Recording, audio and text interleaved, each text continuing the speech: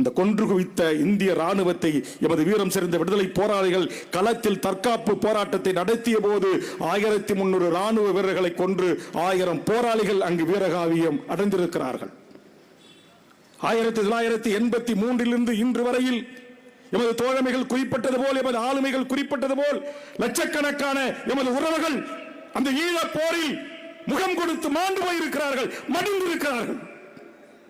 அவருடைய தியாகத்திற்கு முன்பு நாம் ஒரே நாளில் 1,75,000க்கும் மேற்பட்ட போராளிகளையும் பொதுமக்களையும் பலி கொடுத்து தன் வாழ்வை முற்றுமுதலுமாக வாழ்வுரிமை இழந்து இன்றைக்கு உலக பூமி பந்தில் எல்லா நாடுகளிலும் அகதியாக வாழ்கின்ற அந்த மக்களுக்கான ஒரு நீதி கோரலை கூட நம்மளால் இதுவரையில் 15 ஆண்டுகள் நிறைவு செய்து முடியவில்லை.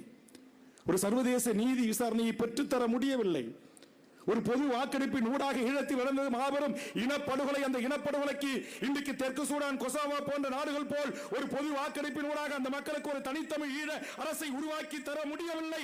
காரணம், இந்த தோழமைகள் குறிப்பிட்டது போல் இந்த நாட்டில் ஆண்டவர்கள் தமிழர்கள் ஆண்டிருக்கலாம், ஆனால் தமிழுக்காக, தமிழ் இனத்திற்காக, தமிழ் தேசிய இனத்திற்காக அவர்கள் ஆண்டார்களா? இல்லை.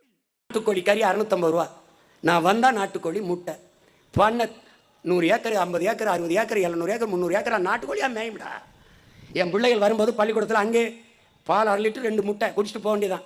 தொட்டா தூக்கி வீசிடுவாங்க. ஏன்? நான் சொல்றதை செய், உடலை உறுதி செய், முடிஞ்சா படி. ஏன்? படித்தவன் படிக்காதவன் அரவனுக்கு அரசு வேலை. இனி படிக்காதவனே இல்லை. அந்த நிலையை உருவாக்குவது எங்க அடுத்த வேலை. இதுக்கு பேர் என்ன? Policy. Policy policy bro, policy.